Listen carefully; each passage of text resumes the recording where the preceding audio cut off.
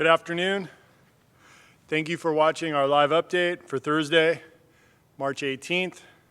Today, I have a few comments before I spend a few minutes today introducing you or reintroducing you to our Vibrancy expansion and Promenade dining room projects that are in the works, and we'll spend some time talking about that today. After my presentation, Security Manager Glendon Kemp has a few safety-related comments for you, and then Chaplain Logan Augustine has a pastoral care update and a prayer for us. A couple of quick COVID-19 updates. We're pleased to report today that we continue to have no new cases of COVID-19 in our residents or employees, which is great news. Do have a couple of employees who are in quarantine, but no one we're real worried about, so that's great. We continue to monitor the need. We continue to monitor who in our community, whether it be new residents, contractors, staff, need to receive vaccination. And every week, Will Blackwell and his team are creating a list of folks who we know will need to be on campus, and we work hard to get them into vaccination clinics. On Friday, tomorrow, we'll be holding a vaccination clinic here on campus where 55 employees, new residents and contractors and volunteers will get vaccinated through a third-party pharmacy partner relationship that we've established. And we'll continue to do that as long as we need to get folks vaccinated that need to be on this campus. From Friday until today, or through yesterday, I guess it was actually, our residents have hosted 572 guests on campus. Everyone has been great, and it's been wonderful to see all the guests here, and really the residents. You guys have you can see it in your smiles and in talking with you how much better life is now that we can have some visitation on campus.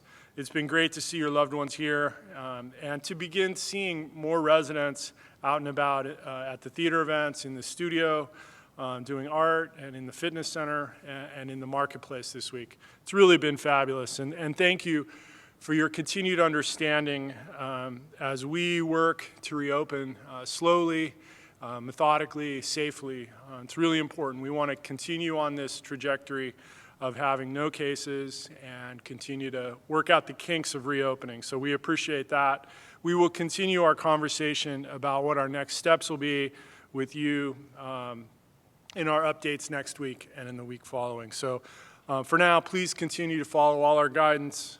It seems to be working, and we're really happy about that. So let's stick to it and continue to do well, and that'd be great. Now let me change subjects and speak to you about our Vibrancy project. I'm very excited to finally have the opportunity to spend a few minutes and introduce you or reintroduce you to our Vibrancy project. This project comprises the next steps that will be coming to our campus in terms of changes and enhancements and expansion that will improve the day-to-day life here at Westminster Canterbury and add additional units to our campus. Why are we embarking on this project? Because we as an organization have a vision of making this an even better place to live and a better place to work. Each of you has helped shape what that vision looks like. This project is really focused on enhancing your lives as well as those that will come in the future. Westminster Canterbury is an organization that has always been forward-looking. It's always been focused on innovation, and it's always been willing to make the investments that are required to be ready for today and for tomorrow. We want everyone, those of you living here now and those of you that might move in here in the future, to live a vibrant life in your elderhood and enjoy every day at every age. Many of our residents have heard of Vibrancy, the Vibrancy project, but that was more than a year ago. We were in a Vibrancy meeting when the pandemic, when we had to go into lockdown, and so it's really been a year since we've talked about it very much.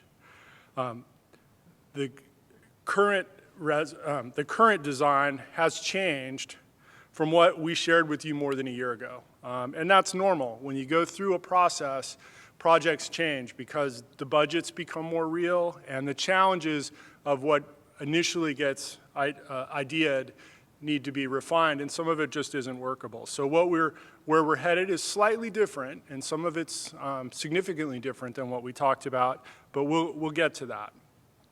Others that live here today or will see this through the update have never heard of it, or you saw it in the Richmond Times-Dispatch and had never heard of it. And we're excited to introduce it to you today and to show you more in the coming weeks. Today's only the beginning. We will be sharing more details and more images as the project progresses. On April 1st, at a live update, we will share a video that will walk you through a narrated tour of the project in detail. And our architecture partners are helping us with that, and they will help narrate a tour of the facility, the future facility for you. In the future, there will also be opportunities in person and through other means for you to ask questions and learn more. I'd like to take a couple of minutes and share with you how we got here, because this has been quite a journey, really since about the time I came to Westminster Canterbury in 2015.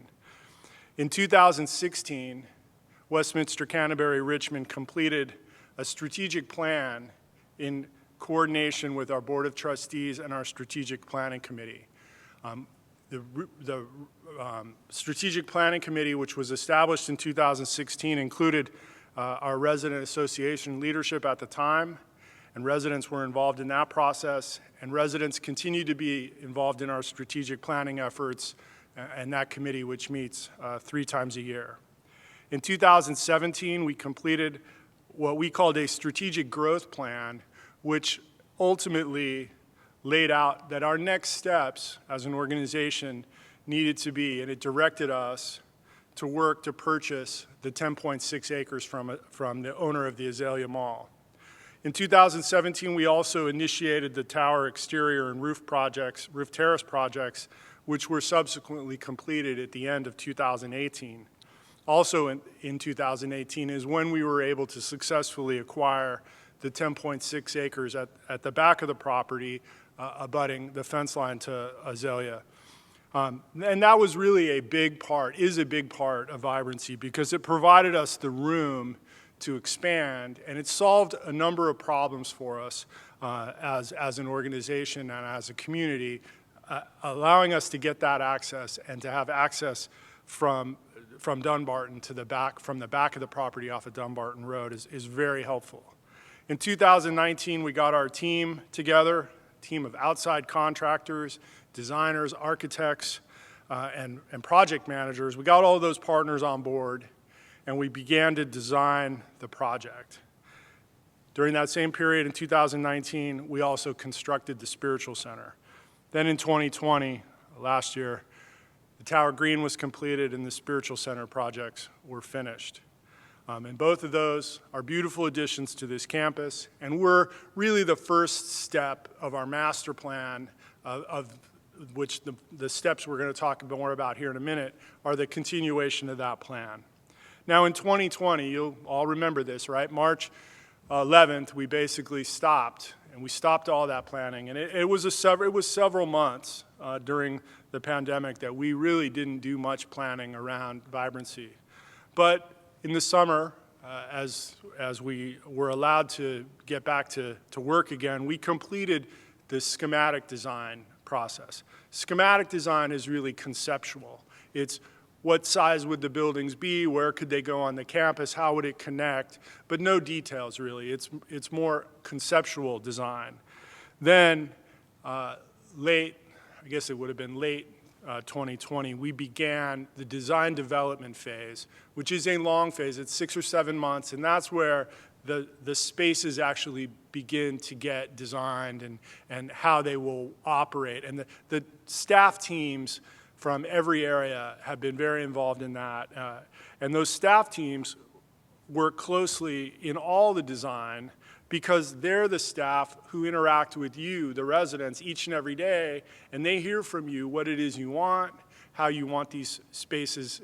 If you had the ability to design a new space, how would it work, and what programming would enhance your lives. And so that team of staff in the wellness areas, dining, recreation, security, all those areas of resident services and support services have fed the information they've gained from residents over the years back into the designers to help us design this space.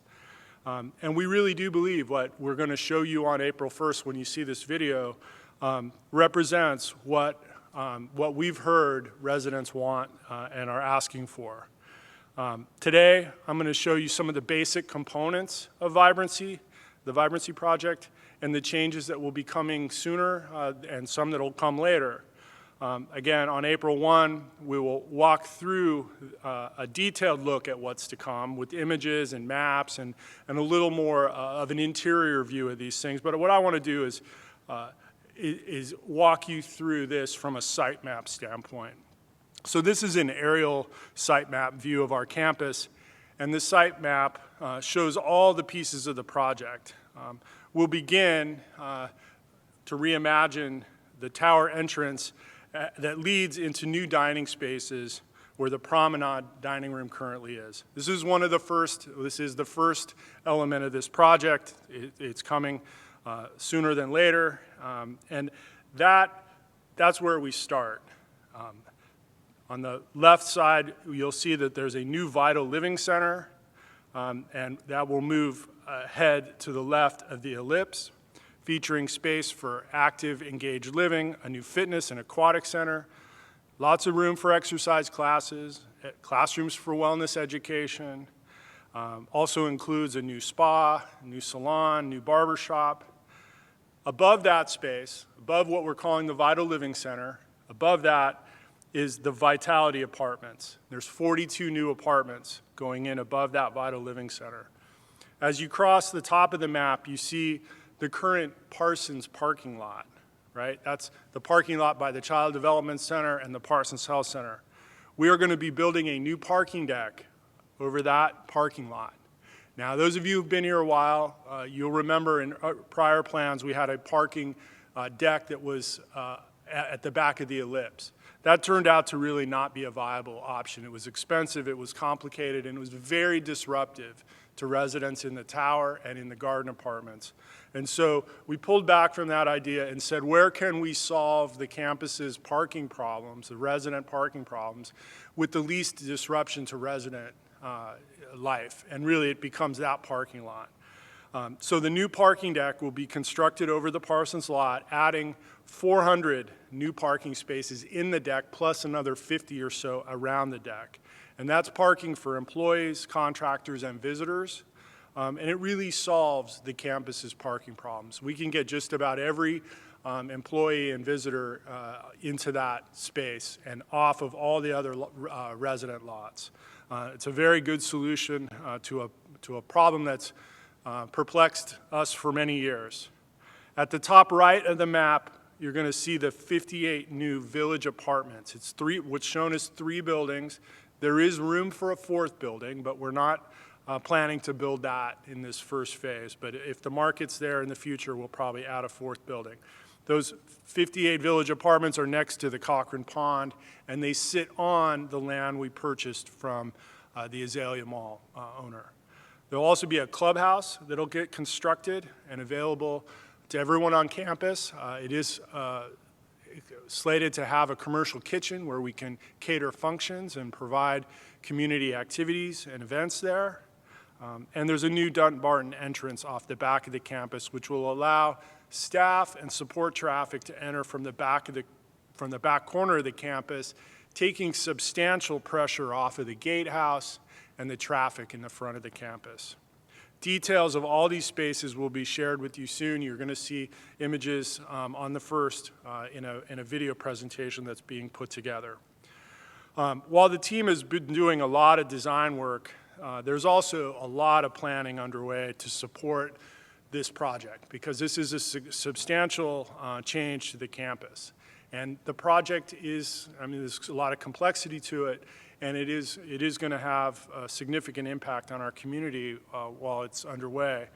There are 13 staff task forces in effect today or working today to review all the different aspects of this project to ensure that we do the adequate planning and communication required to minimize impact for you as you essentially live through this effort. We're looking at everything: transportation and safety, dining, how we're going to staff this, the operations and flow of the Vital Living Center, how we're going to use technology, how the communications through the project will work, and work for you, work for us, work for staff, and more.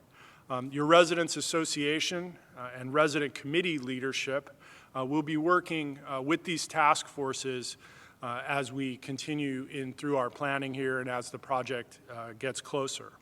So you're probably asking yourselves, when is this going to happen? I know I've heard that from a lot of you. When can we expect this to happen? The Promenade dining renovation and the parking deck will begin to mobilize in either late June or early July of this year. So whatever that is, 3 months from now. We do have some pre-work around the Promenade, which could start late June, but for sure, both those elements will start by July. So starting around July 1st, the entire ellipse is going to close, and it really needs to close for construction access and to make sure it remains a safe place. It will still be used for emergency egress, fire and emergency egress, but from a resident access standpoint, the ellipse will close in July. Our other spaces, the Tower Green, all of our walking trails outside the ellipse, will continue to remain open, and we'll work to make sure that they're safe. Another change that'll be coming soon with these two elements, the promenade and the promenade and the parking deck, is that the resident gardens at the back of the ellipse, down by the where the generator is, off the back of the ellipse, those gardens will need to be relocated. They're going to be right in the center of where the construction traffic is going to happen, and in the area that's going to be required to be off limits during construction. So we are in the process of planning a new garden beds, new raised beds that will be available. We're doing everything we can to make sure they're available for the planting season this year. So Kathleen Pender and her team, they have, that work is ready to go. It's out to bid right now. And so we Kathleen and her team have been working diligently to make sure we can be ready for this. And all the residents who have gardens back on at the back of the ellipse should expect to get receive a memo from Kathleen with more details tomorrow on Friday. So more to come on that. So the other big thing, the parking deck, that happens in July. The other thing that happens in July is the promenade. And as I mentioned, both those things will be moving forward. And this image shows you the outline of the construction of the promenade. Now, it's a substantial area. That whole promenade area is going to close. So the connecting corridor between the tower and the marketplace going through here closes as soon as we begin to mobilize for this project, and all traffic getting to the marketplace will need to go by the clinic and in through that corridor. And you'll notice that's where the reception,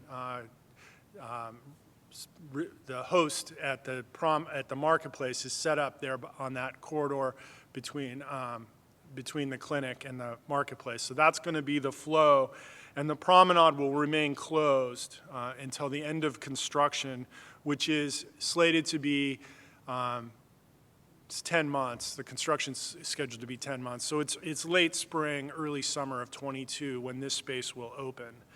And what you can see is it's really 3 different dining venues. It's a coffee bar, cocktail bar. It'd be a coffee bar lounge in the morning, and a cocktail bar and lounge in the afternoon for pre-function.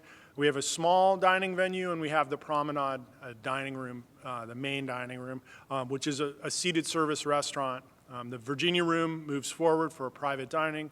And then we have what we call flex dining, which is an opportunity for groups to get together and have some dining in this new space. So we're really excited about this. It also moves the tower desk out away from its current location out into the space, which you can see there marked as reception. So this is all part of this Promenade project that will start in July. The marketplace will stay open throughout breakfast, lunch, and dinner, and we will continue to deliver meals through the entirety of this project to make sure we meet your dining needs. New dining spaces that will be open next year, like I said, will feature this coffee bar. We're really excited about that, and I think you'll really like what you see when you see it. That it will also serve as an evening cocktail lounge. There's a new lounge area that has a nice fireplace, sitting area that's really pretty that backs up to the outdoor space. And then the main Promenade dining experience, which is going to become a seated service restaurant. There's no buffet in the new plan. We're really excited about it. So the construction of the rest of the project, you're probably saying, well, when does the rest of it start? The construction of the new Vital Living Center, which is the fitness and aquatic space, and the apartments above, 42 apartments above that, the connecting galley that connects the Promenade to the Vital Living Center, the Village Apartments, those 58 apartments on the New Azalea land, and the clubhouse are all scheduled to start late summer of '22. That's really dependent upon the sales process, which has been going very, very well. We're right on our plan, and it's really kind of exceeded our expectations considering the pandemic. But we get a little further in. When we start exactly depends on the sales process. We are striving, and Stacy Nannery and the sales team have been working very hard to accelerate that process so that we can go right from this Promenade project right into the Vibrancy project. But depending on the sales process, there might be a month or two in there where we have some downtime before we mobilize for the next big phase. But sales have been very strong, so we feel good about that. We're excited today that we can share with you what we've been able to. We have, like I said, we have a lot more to show. I hope that what you're seeing here, it's just conceptual, obviously, but you can start to get excited about what's coming. I leave you with this image, and now this is looking back at the tower from the edge of the ellipse, sort of from the highway looking back at the campus. Imagine what we're laying out here, right? A beautiful backyard kind of ellipse space. The Promenade really has prominent views and is a wonderful place to sit and enjoy it.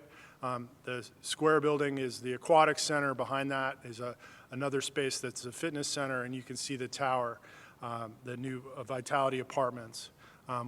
We're really proud of it. We think it's going to be a wonderful new addition to the campus. I think once you see it in the video on the first, you'll feel good about it. We look forward to being able to show you that video tour.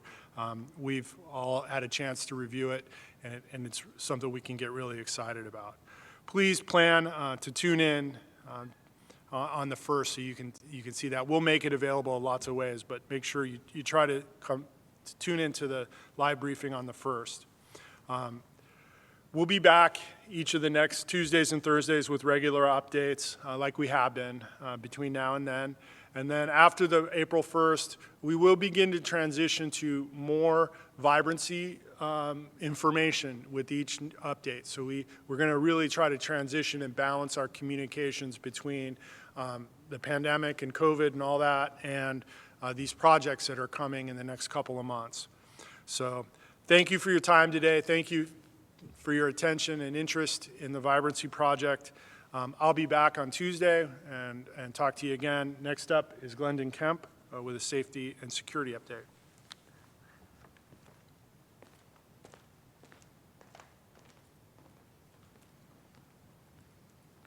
Thank you, John. It's a great overview of all the wonderful additions that are going to be happening on campus over the next few years. I have a very specific enhancement that I want to talk to you about. It's going to start next week. With all the good weather that we've been having recently, it's been great to see many of you enjoying the Tower Green. It's a beautiful space for walking and sitting and enjoying the sunshine.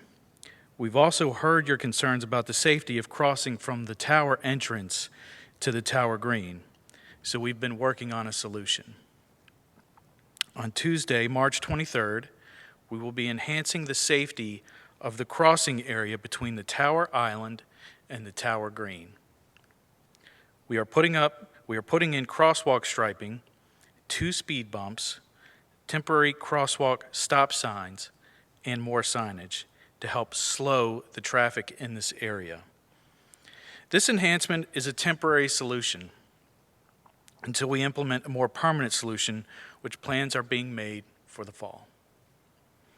During the install, which will happen on Tuesday, incoming traffic will be diverted to the tower circle drive-through. Exiting traffic will be diverted to the west tower exit gates. If you have questions, contact me at extension 6079. Thank you very much.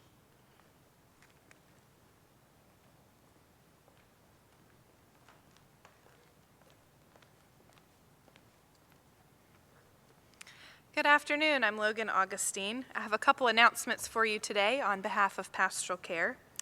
A Sermon for Every Sunday airs this Sunday, March 21st, on TV 970 at 4 p.m. Pastor Jim Somerville preaches on the Psalms and David's evolving relationship with God. Residents are invited to join us for evening prayer Monday through Friday at 4:45 p.m. in the sanctuary. Residents lead this service, which is found in the Book of Common Prayer. Everyone is welcome to attend. The Pastoral Care Office will offer services during Holy Week via TV 970.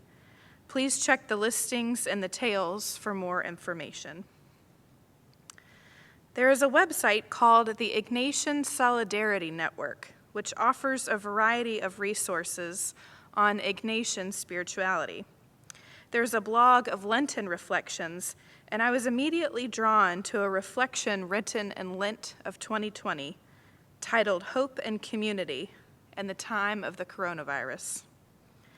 The author, Rachel Drotar, writes in March of 2020, describing overwhelming feelings of worry and uncertainty from everything to racism, climate change, economic injustice, and epidemic. She goes on to say that in the midst of all of this, she finds the best way to harvest hopefulness is through community. Rachel says the antidote lies in love, the one thing that is proven to beget itself, the one thing that is born from a place of abundance. Living a gospel life means reflecting on what pulls us through. Perseverance feels so much more possible for me in community, she says. In my community, those gentle and responsive friends, I take my refuge. I offer gratitude. Blessed is the friend who listens to where I am in all of this. Blessed is the community member who suggests spending time outside of a public event. Blessed is the neighbor who held space for my worry and provided solace. The author then goes on to ask readers how they have offered refuge or support in the past week, and what gratitude can we offer for those who have supported us. As we look back on this year and look forward with excitement as things begin to reopen at Westminster Canterbury, what or who has helped us through this past year? What about this community here at Westminster Canterbury has been uplifting to you? What are you most looking forward to now? How have you supported your neighbors through this past year? I wonder if whatever you look forward to the most involves some sort of community. Perhaps you can't wait to return to worshiping in person with your faith community, or perhaps you look forward to attending live events here in our theater. Maybe it's a gathering of friends for a meal at a local Richmond restaurant. God meets us and forms us in community. we find hope together and community. Thanks be to God for the gift of community. I look forward to celebrating with you as we move safely from pandemic restrictions to more community events. Let us pray. Gracious and loving God, we give thanks for the gift of community. We thank you for leading us through this year of pandemic and uncertainty, and for your presence in those around us who have loved and supported us. When we felt most alone, we've known your presence, O God. Help us to continue to support one another as we move toward this time of renewed hope. While we celebrate all that lies ahead, help us not to forget those persons who do not have ready access to vaccines and other support that we enjoy. Help us to be mindful and let us not lose our creativity as we find ways to care for and uplift others. All of this we pray in your name, O God. Amen. Thank you for joining us today, and we will see you on Tuesday next week for our following update at 3 o'clock.